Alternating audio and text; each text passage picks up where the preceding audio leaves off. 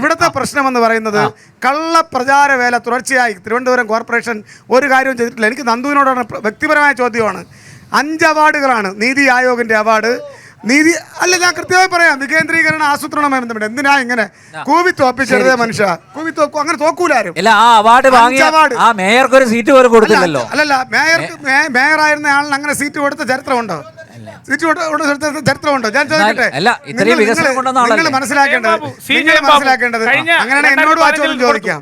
ആര് മത്സരിക്കണം, ആര് മത്സരിക്കണ്ട എന്നൊക്കെ തീരുമാനിക്കുന്നത് അതാത് പാർട്ടിയാണ്. ഈ പാർട്ടിയും അതിന്റെ ചിഹ്നമൊന്നും ഇല്ലാതെ വ്യക്തി എന്ന് പറയുന്നത് വട്ടപൂജ്യമാണ്. ഞാനിത് പറഞ്ഞു തരേണ്ട കാര്യമല്ല. എന്റെ പാർട്ടി എന്റെ അടുത്ത് ഇന്ന് തീരുമാനിച്ചത് ജനസഭയിൽ വന്ന് ഇവിടെ പങ്കെടുക്കാനാണ്. നാളെ മറ്റൊരു കാര്യമായിരിക്കും തീരുമാനിക്കുന്നത്. ആ തീരുമാനം ശിരസാ വഹിച്ച് അതനുസരിക്കുക എന്നുള്ളതാണ് എന്റെ പൂർണ്ണമായ ഉത്തരവാദിത്വം, ചുമതലയും. അല്ലാതെ രാജീവ് ചന്ദ്രശേഖർ പറഞ്ഞതുപോലെ ബിജെപിയുടെ ദേശീയ നിർവാഹക സമിതിയോ സംസ്ഥാന കമ്മിറ്റിയോ കൂടാതെ ഞാൻ നിയമസഭയിൽ മത്സരിക്കും, നിയമമാണ് എന്റെ സീറ്റെന്ന് എന്റെ പാർട്ടി പറയാൻ പറ്റൂല. എന്റെ പാർട്ടിയിൽ അത് പറയാൻ പറ്റില്ല. ഓരോ പാർട്ടിക്കും ഓരോ വ്യവസ്ഥകളുണ്ട്. യെസ്, പെട്ടെന്ന് നേരത്തെ പറഞ്ഞ സുസ്ഥിര വികസനത്തിന് ഒരു അവാർഡ് കിട്ടിയല്ലോ. ആ അവാർഡ് എന്തിനാണ് കിട്ടിയതെന്ന് അറിയാമോ? സ്മാർട്ട് സിറ്റിക്ക് കിട്ടിയ അവാർഡാണ്. ആ സ്മാർട്ട് സിറ്റിക്ക് കിട്ടിയ അവാർഡിനെയാണ് ഇങ്ങനെ തലയിൽ ചുമന്നുകൊണ്ട് നടക്കുന്നത്. ഞാൻ അതിന്റെ ഡീറ്റെയിൽസിലേക്ക് പറയാൻ പോകുന്നില്ല. അതുപോലെ രണ്ടാമത്തെ അവാർഡ് കിട്ടിയത് പ്രധാനമന്ത്രി സ്വാനിധി പദ്ധതി കൃത്യമായി നടപ്പിലാക്കിയത്. ആ സ്വാനിധി പദ്ധതി നടപ്പിലാക്കിയവരാണ് ഈ ഇരിക്കുന്നത്. നിങ്ങളുടെ ഈ പറയുന്ന കൗൺസിലർമാരല്ല, ദാ ഈ ഇരിപ്പുണ്ട്. രാജസ്ഥാനിൽ പോയി വാങ്ങിയില്ലേ? ആ സ്വാനിധി പദ്ധതി നടപ്പിലാക്കിയ 34 കൗൺസിലർമാർക്ക് നേതൃത്വം കൊടുക്കുന്ന ആളുകൾ ഇതിനകത്തുണ്ട്. അപ്പോൾ നിങ്ങൾക്ക് എന്തിനാണ് അവാർഡ് കിട്ടിയെന്നൊക്കെ ഞങ്ങൾക്ക് നല്ല ബോധ്യമുണ്ട്. പിന്നെ ഈ രാജീവ് ചന്ദ്രശേഖർ എന്നിങ്ങനെ മന്ത്രം പോലെ ഒരിടുന്നില്ലേ, ഭയമാണ്. നിങ്ങളതിനെ തെറ്റിദ്ധരിക്കരുത്. ഇതുപോലെയായിരുന്നു നരേന്ദ്രമോദിയെ ചായക്കടക്കാരൻ എന്ന് വിളിച്ചത്. ഇതുപോലെയായിരുന്നു നരേന്ദ്രമോദിയെ 2014 മുൻപ് നരാധമൻ എന്ന് വിളിച്ചത്. അദ്ദേഹം ശിവഗിരിയിലേക്ക് വന്നപ്പോൾ കൂടെ ഇരിക്കാൻ ഞങ്ങൾ ഇല്ല എന്ന് പറഞ്ഞവരൊക്കെ 2014 ശേഷം നിരനിരയായി അദ്ദേഹത്തിന്റെ അപ്പോയിന്റ്മെന്റിന് കാത്തു നിൽക്കുന്ന രംഗം കാട്ടിക്കൊടുത്തിടത്താണെങ്കിൽ എൻ്റെ പ്രിയപ്പെട്ട സുഹൃത്തിന് ഈ രാജീവ് ചന്ദ്രശേഖർ മുഖ്യമന്ത്രിയുടെ കസേരയിൽ ഇരിക്കുമ്പോൾ ഒരു അപ്പോയിന്റ്മെന്റിന് ചീട്ട് എഴുതിയിട്ടിട്ട് കാത്തിരിക്കാനുള്ള അവസരം ഉണ്ടാകും എന്നുള്ള കാര്യത്തിലൊന്നും തർക്കമൊന്നുമില്ല. ഞങ്ങൾ വളരെ ശുഭാപ്തി വിശ്വാസത്തോടു കൂടി മുന്നോട്ട് പോകുന്നവരാ. ഒരു വോട്ട് കിട്ടാത്ത കാലത്തും ഈ സംഘടനയ്ക്ക് വേണ്ടി പ്രവർത്തിച്ചവരാണ്. അത് ഞങ്ങൾക്ക് ആ ശുഭാപ്തി വിശ്വാസത്തിൽ മുന്നോട്ട് പോകുന്നത്. ഞാൻ ഒരു കാര്യം പറയാം. ഈ 2 സുഹൃത്തുക്കളോടും എനിക്ക് കൃത്യമായിട്ടുള്ള വിയോജിപ്പുണ്ട്.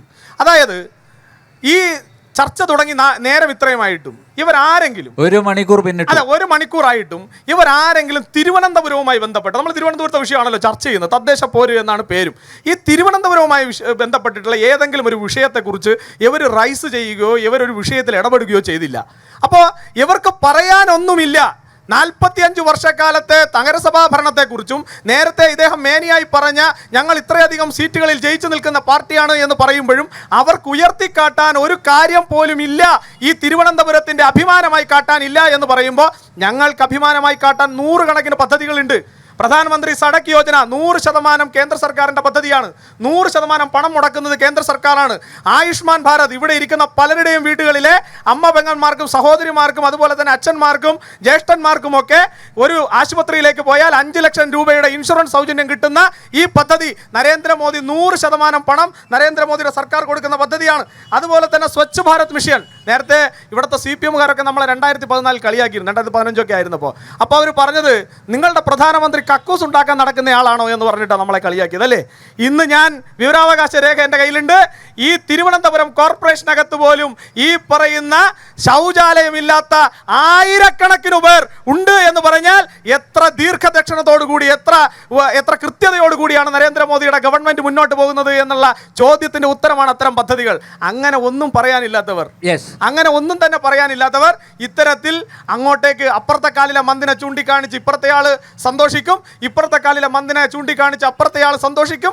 കാര്യമാത്ര പ്രസക്തമായ ഒരു ചോദ്യത്തിനും, ശബരിമല ചോദിച്ചാൽ മറുപടിയില്ല, വിലക്കയറ്റം ചോദിച്ചാൽ മറുപടിയില്ല, ഈ നാട്ടിലെ അഴിമതിയും സ്വജനപക്ഷപാതവും ചോദിച്ചാൽ മറുപടിയില്ല, നിങ്ങളുടെ നഗരസഭയ്ക്കകത്ത് നടക്കുന്ന പൊങ്കാല മുതൽ പൊറോട്ട വരെയുള്ള അഴിമതി എന്തായി എന്ന് ചോദിച്ചാൽ അതിന് മറുപടിയില്ല, ഇല്ലാത്ത വാഹനങ്ങളുടെ പേരിൽ നിങ്ങൾ ഇൻഷുറൻസ് എടുത്ത് കൊടുത്തില്ലേ എന്ന് ചോദിച്ചാൽ അതിന് മറുപടിയില്ല, ഈ നാട്ടിൽ സാധാരണക്കാരന്റെ വീട്ടുകരം ഇവിടുന്ന് തൊട്ടപ്പുറത്തുള്ള വീട്ടുകരം തട്ടിപ്പ് നടത്തിയ ആളെ നിങ്ങൾ സംരക്ഷിച്ചു പിടിച്ചില്ലേ എന്ന് ചോദിച്ചാൽ അതിന് മറുപടിയില്ല.